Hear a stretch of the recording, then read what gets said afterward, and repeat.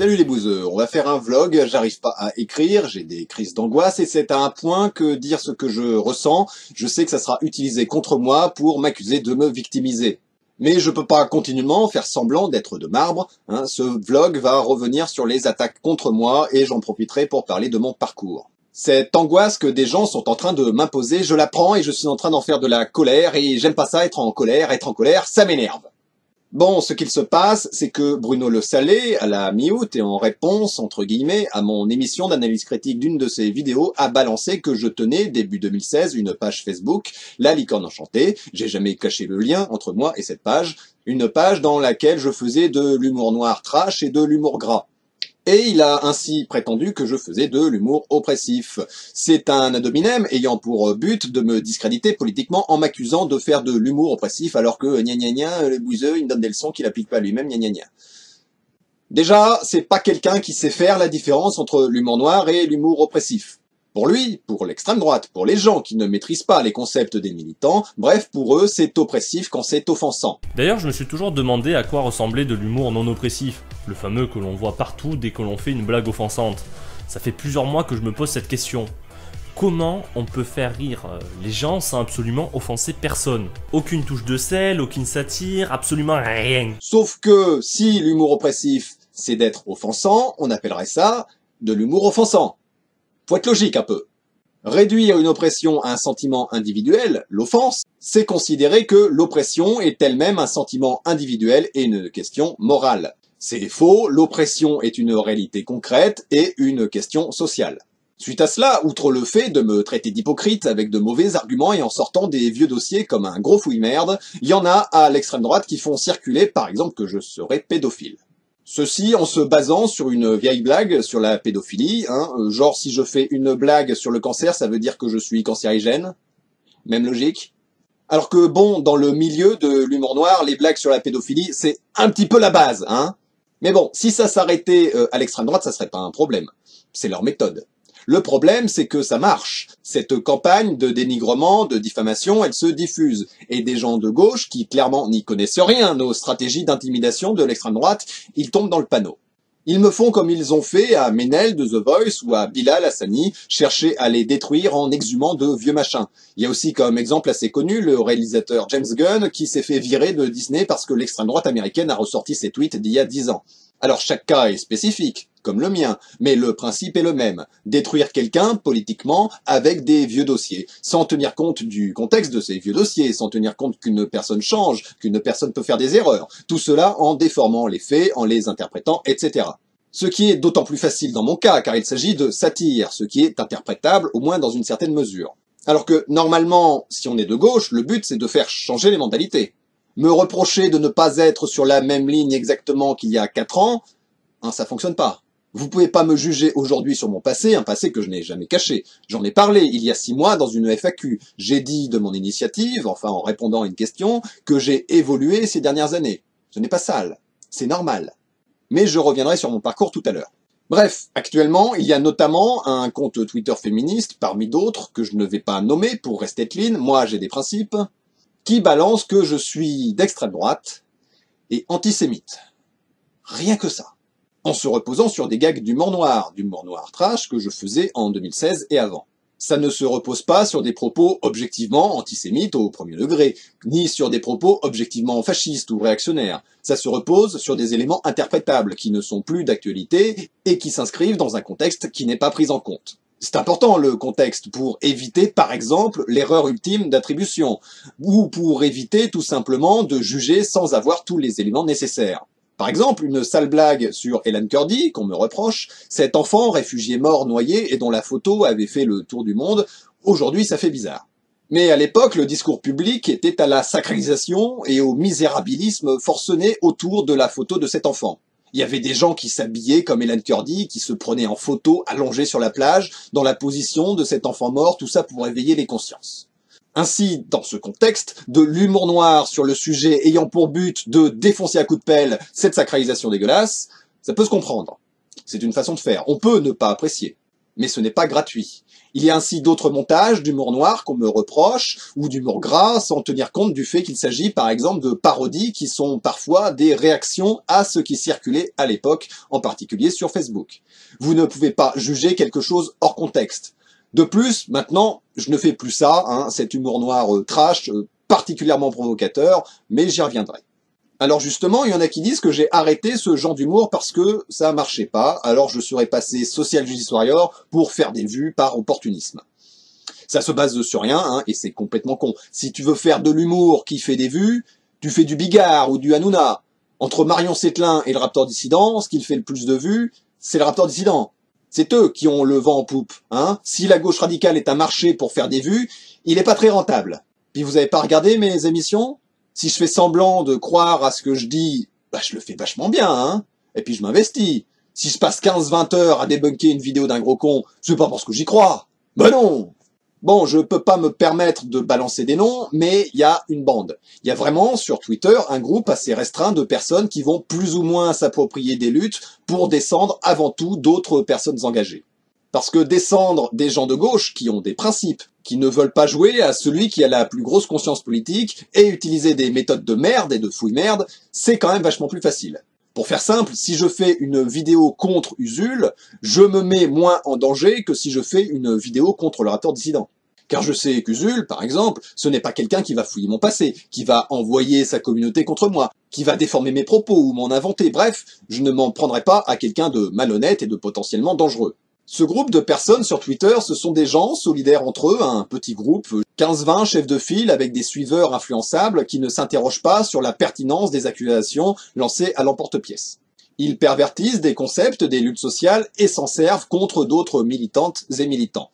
Ils font des citations tronquées, ils accusent de telle ou telle oppression comme on colle des étiquettes. Ils vont préférer s'attaquer aux justifications d'une personne face à une accusation plutôt que l'accusation elle-même. Ils s'autoproclament comme étant des autorités sur la seule base de leur identité, ils déforment des propos, ils n'hésitent pas à afficher des gens, etc. Ça se sait.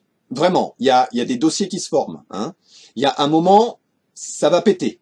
Et certaines personnes vont payer pour tout le mal qu'elles ont fait. Ça, quand on a des principes, ça se dit pas en public. Mais j'ai pas mal de retours, et il y a pas mal de gens, militants, féministes, antiracistes, LGBT, qui le savent et qui en ont marre de subir cette petite bande malfaisante, qui se comportent comme des brutes. C'est pas à moi de lancer la contre-attaque, mais si on m'y invite, je participerai de bon cœur. Moi, je vais vous dire, ça doit faire au moins 2 ans que j'ai arrêté de taper à gauche. Avant, je critiquais un peu à gauche, notamment des antifas et des féministes, toutefois en m'attaquant au discours. J'avais d'ailleurs une formule, quand je critique à droite, je critique leurs valeurs, quand je critique à gauche, je critique leurs erreurs. Mais ça, j'ai arrêté parce que, déjà, j'aime pas voler le travail de la droite. Et ensuite, parce que j'aime pas m'embrouiller avec des gens de gauche. Pourtant, c'est pas l'envie ni les occasions qui me manquent. Mais d'un point de vue stratégique, quand on se tire dans les pattes, en face, ça rigole. Malheureusement, ce gang de super militants plus purs que les autres, ça, ils en ont rien à foutre. Bien sûr, il faut dénoncer, par exemple, la culture du viol à gauche, le racisme paternaliste qu'on peut y trouver, etc. C'est nécessaire. Mais ça ne justifie pas certaines méthodes, ces attaques envers la personne digne de l'extrême droite. Ce qu'a pu subir Rokhaya Diallo, dernièrement accusé de négationnisme à l'aide d'une déformation outrancière de ses propos. Là encore, je me compare pas à Rokhaya Diallo, mais accuser des antiracistes d'être les vrais racistes, c'est une astuce de l'extrême droite. Alors il y en a qui disent que ce qu'ils sortent sur moi, ça vient pas de l'extrême droite. Sauf que quand tu fouilles le passé de quelqu'un, ça vient pas de toi, cette idée. Il y a quelqu'un qui a déclenché ça, qui a validé ce procédé, qui a encouragé à fouiller le passé des gens pour les discréditer dans le présent, tout en déformant les faits. Quand on est de gauche au minimum radical, quand même, on sait que les gens changent, car on veut que les gens changent. Alors, pourquoi oublier ça? Est-ce que c'est pas juste une manière de s'élever soi-même en marchant sur la gueule des autres? Ce qui est pas trop gaucho-compatible? De la même manière, dernièrement, la meuf de la chaîne américaine Contrapoint, je prononce à la française, je m'en fous, une chaîne très engagée, elle a fermé son compte Twitter pour à peu près les mêmes raisons, c'est-à-dire à cause de militants qu'elle appelle les hyper-woke.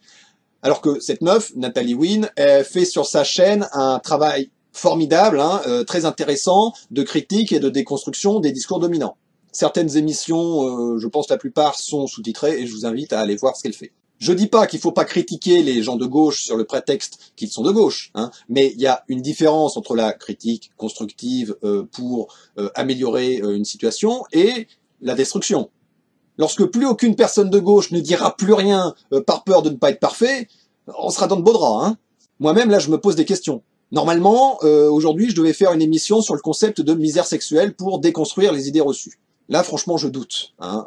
J'ai des angoisses par rapport à ça. Si c'est pour expliquer le sexisme aux mecs et qu'il y ait des féministes qui me disent que c'est pas à moi de le faire, tout en ayant à côté une injonction contradictoire, les mecs, vous devez agir contre le sexisme et éduquer les autres mecs, je fais comment, moi? Moi, j'en viens à me dire, mais autant plus rien faire, quoi. Hein? Moi, je demande pas des cookies. Mais ce que je demande, c'est que ces cookies, on ne les mange pas pour ensuite me les chier à la gueule. De la même manière, j'ai une émission qui déconstruit le discours gna gna gna, les féministes de Twitter, féministes 2.0, gna gna gna. Une vidéo dans laquelle, notamment, je défends la légitimité du cybermilitantisme. Là, maintenant, avec cette situation, j'ai des doutes. Hein. Je continue à croire qu'il ne faut pas faire d'amalgame, qu'une minorité bruyante n'est pas représentative, que la rhétorique du féminisme 2.0, ça tient pas, que les féministes ont raison. Mais c'est difficile à tenir quand on voit certaines dérives. Pour vous montrer une de leurs méthodes de ce gang de militants pervertissant la gauche, il y a des féministes qui me soutiennent et elles sont accusées de trahir la cause. Sur le prétexte que si une femme accuse un homme, les femmes doivent la soutenir sans réfléchir, sinon ce sont des traîtresses. C'est à un tel point d'absurdité et de malhonnêteté qu'une femme m'a accusé d'être antisémite, donc une autre femme n'était pas d'accord, les deux étant féministes. Mais celle qui n'était pas d'accord a été accusée de ne pas soutenir une autre femme contre un homme, l'ennemi. Alors que bon, c'est pas parce que t'es féministe que ça te rend légitime pour accuser les gens d'antisémitisme. Y a aucun rapport. C'est même dégueulasse. On m'accuse soi-disant de m'approprier la parole des concernés, sans même le démontrer, mais une femme qui se trouve légitime pour accuser d'antisémitisme sur le prétexte qu'elle est féministe, c'est de l'appropriation, hein. C'est stupide et ça pue. Il y a une meuf, Pomme, c'est pour la défendre, hein, je peux dire son pseudo, je pense, bref, une meuf féministe qui a fait une liste de cyberharceleurs. Et il y en a qui ont dit, dis donc, ta liste, c'est que des arabes, ça prouve que t'es raciste. Sauf qu'il n'y a pas eu de démonstration du fait que la liste serait constituée que d'arabes et que ça serait intentionnel. Parce que ça se sait pas comme ça hein, sur Internet. Mais surtout, les gens ont cherché à prouver que c'était faux pour défendre Pomme. Regarde, lui, on peut pas dire qu'il est arabe, lui, il ne l'est pas, etc. Et ces personnes ont été accusées de faire du profilage racial. En clair, ils disent qu'une liste est une liste d'arabes, donc raciste, mais si on démontre, non, c'est pas vrai, c'est raciste. Pile je gagne, face tu perds.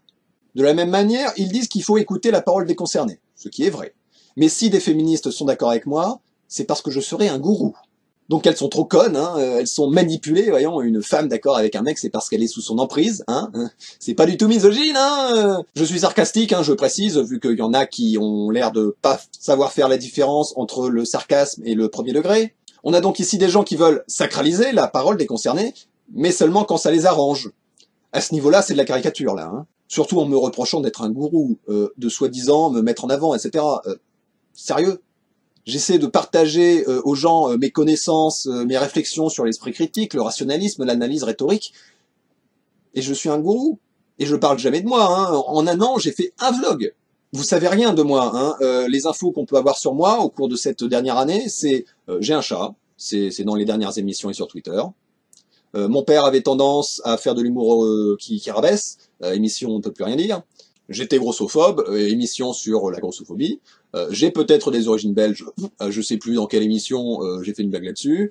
Je ramasse beaucoup de champignons, bon ça c'est notoire. Et c'est tout. Je suis pas du genre à parler de moi, à me mettre en avant. Au contraire, je suis plutôt quelqu'un de très réservé et même plutôt asocial. Hein. Les gens qui ont des infos perso sur moi, qui pourraient faire en sorte qu'il y ait un peu un attachement personnel, un petit peu malsain entre moi et mon public, faut qu'ils me suivent assidûment depuis des années. Hein. Et de toute façon, les accusations, le bouseux il se met en avant, vous voulez que je fasse quoi? Que je me cache derrière des images avec une voix truquée, une voix de synthèse? Mais non, j'assume mes propos, je suis pas d'extrême droite. En plus de cela, il y a des arguments, mais ils sont tout pourris, hein. Genre je suis indécent. Et alors Et alors depuis quand c'est de gauche les injonctions morales et la décence? C'est de droite ça en fait, hein. C'est la manif pour tous, les homophobes, les misogynes et autres réactionnaires qui parlent de décence. Ton décolleté il est indécent, deux hommes qui s'embrassent c'est indécent, la morale c'est un argument de droite putain. Une injonction morale est par essence conservatrice. Alors ça, c'est un truc que je vois souvent. Alors, désolé pour les militantes et militants qui parlent comme ça, achète-toi une décence, mais c'est de la merde, hein. Et encore, si vous considérez qu'on lutte contre les oppressions avec de la morale, c'est que, pour vous, en quelque sorte, les oppressions, c'est pas vraiment une réalité concrète et objective. C'est une vue de l'esprit, c'est un affrontement entre le bien et le mal. Désolé de donner des leçons de militantisme, hein, ça m'amuse pas. Je sais que c'est pas à moi de le faire aussi, mais cette fixette sur la décence, ça m'énerve. Bon, maintenant, mon parcours, pour faire le point. Hein, le Bouzeux, donc la version web d'un journal étudiant agricole, je l'ai fondé le 25 janvier 2015 et ça fait suite à l'attentat de Charlie Hebdo.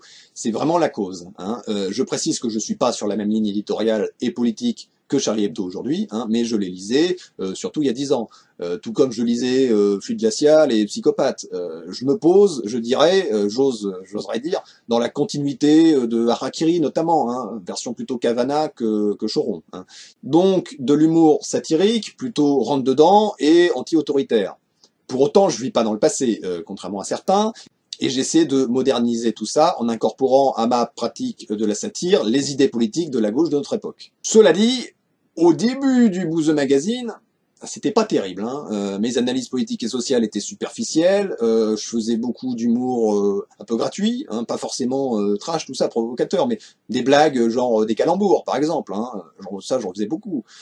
Pour être franc, à l'époque, en plus, par rapport à la politique, j'étais plutôt dans une conception des choses plutôt anarchiste individualiste, avec tous les problèmes que ça peut engendrer en ce qui concerne la pertinence de la vision et critique de l'organisation sociale.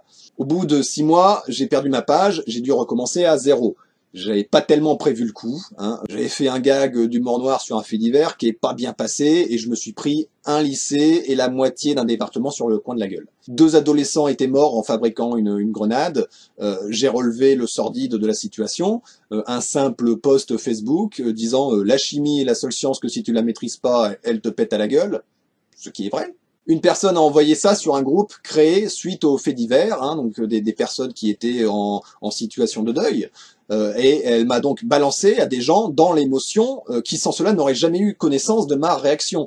Et je me suis pris une shitstorm avec plein de signalements et aussi des menaces. Quand tu fais des blagues d'humour noir et que tu t'en prends plein la gueule pour ça, quand tu fais du second degré, qui caricature le racisme, ce que je faisais aussi, par exemple, pour le tourner en dérision, et que tu te fais traiter de raciste pour ça, l'idée de bien-pensance, de politiquement correct qui fait chier, c'est un discours très attirant. À l'époque, après plusieurs signalements, des pages fermées, j'étais vraiment dans un état d'esprit, y en a marre des bien-pensants, on peut plus rien dire, gna gna gna, j'étais là-dedans, hein. Pas de manière excessive, mais quand même, je pouvais tenir des propos que je critique aujourd'hui, hein, tels que ceux de Fred du jour du grenier, on peut plus rire de tout, gna gna gna. Pour autant, en même temps, je faisais de l'humour contre le racisme, l'homophobie ou le sexisme, pas comme aujourd'hui, hein, de manière plus superficielle, voire à côté de la plaque, mais quand même. Bref, suite à ça, je reprends la page avec donc une certaine réactance antipolitiquement correcte. Je continue dans le second semestre 2015, puis le premier de 2016, et c'est la seconde page. Je me fais pas mal signaler, alors j'ouvre une page secondaire, La Licorne Enchantée, dans laquelle je me permets d'être plus trash, plus gras, sans pourrir le Bouzeux Magazine. Mais ça me permet aussi de tester des trucs. Car il faut savoir que ce que je considère, et c'est vrai, c'est que l'humour est un art. Ça réclame de la pratique. Mais comme tout art au début, on n'est pas très subtil. Surtout qu'en plus, la subtilité, la finesse et le bon goût, c'était pas trop les thèmes de La Licorne Enchantée, hein, non, pas vraiment. Ce qui fait notamment qu'il y avait bien sûr des trucs achetés, il y avait bien sûr de l'humour oppressif, y compris dans le Bouzeux Magazine à l'époque. Mais personne ne n'est déconstruit et conscient des problématiques sociales, c'est une étape nécessaire. Toutefois, aujourd'hui, des gens sortent des montages de La Licorne Enchantée sans tenir compte qu'il s'agissait d'une page spécifique sur laquelle on allait en étant informé de ce qu'on pouvait y trouver. Pour faire simple, c'est un peu comme si on vous montrait une scène d'un film d'horreur gore, sans vous prévenir que c'est extrait d'un film d'horreur, et pire, en vous disant que c'est une vraie vidéo tournée par un tueur en série. Forcément, vous n'allez pas avoir la même réaction que si vous allez de votre plein gré et sans influence extérieure voir le film d'horreur au cinéma. D'où l'importance du contexte. Cette page, La Licorne Enchantée, je m'en suis occupé pendant 6 mois, donc premier semestre 2016, jusqu'à en avoir marre. J'étais allé au bout de ce genre d'humour, hein, le noir trash et le gras. Je n'avais plus d'idées, d'inspiration, je faisais des trucs vraiment pas terribles, et ça ne m'amusait plus, et j'avais franchi assez de limites pour mieux gérer l'humour noir. Ça a été une expérience enrichissante et nécessaire pour développer mes compétences. J'ai passé un niveau. Josette! Car 2016, pour le Bouzeux Magazine, ça a été vraiment une année charnière. Grosse évolution politique, grosse prise de conscience. J'ai commencé à écrire sur l'humour oppressif en juillet 2016 sur le blog, un article intitulé L'humour vous manipule, qui est pas très au point, mais bon, c'était en 2016. Et je me suis renseigné sur la sociologie de l'humour, sur ce qu'en disent les féministes, les antiracistes, les militants LGBT. À cette époque, j'ai rencontré une femme, plutôt inspirée par le courant afroféministe, qui m'a fait prendre conscience de pas mal de choses. Comme on dit, derrière chaque homme conscient, il y a 10 féministes épuisés, ou 50, hein, ça dépend des mecs. Cette prise de conscience politique s'est cumulée à ma maturation en tant qu'auteur satiriste. Je vais pas continuer l'historique du Bouzeux Magazine, hein, des erreurs que j'ai pu commettre, des expériences heureuses ou malheureuses que j'ai eues, mais le fait est que les vieux dossiers qu'on sort contre moi sont toujours antérieurs à 2017. On ne me reproche pas ce que je suis, ce que je fais, ce que je dis. On me reproche l'homme que j'ai été ou que j'aurais été, cet homme qui pourtant est nécessaire pour être l'homme que je suis aujourd'hui. Je pense être quelqu'un d'ouvert à la critique, si c'est bien fait, si c'est correct. C'est pas forcément l'image que je renvoie, hein, évidemment, mais l'image que je renvoie, c'est quelqu'un d'offensif contre les discours de droite. Ce qui veut pas dire que je suis sectaire, j'accepte les divergences d'opinion à gauche, car elles sont nécessaires et même vitales pour notre camp politique. Je demande juste du respect, qu'on me parle en face pour m'aider à m'améliorer, bien que je ne vais pas accepter et intégrer toutes les critiques, car il y a plusieurs courants politiques à gauche, et il y a un moment, faut bien en choisir un. Seulement, le camp politique que je ne compte pas choisir, celui auquel je ne compte pas me soumettre, c'est celui de cette petite bande de staliniens de merde qui cherchent à purger le militantisme de toute opposition avec des méthodes de brute, de l'intimidation et de la manipulation. J'espère que mes explications auront été écoutées. Si vous n'avez pas toutes les informations sur ce drama, comme disent les jeunes, j'espère que ça aura quand même été intéressant d'en savoir plus sur une partie de mon évolution en tant que satiriste, qui est, pour citer un personnage du film La naissance du mal, le satiriste est le pire des politiciens. Ce qui ne me met pas en valeur.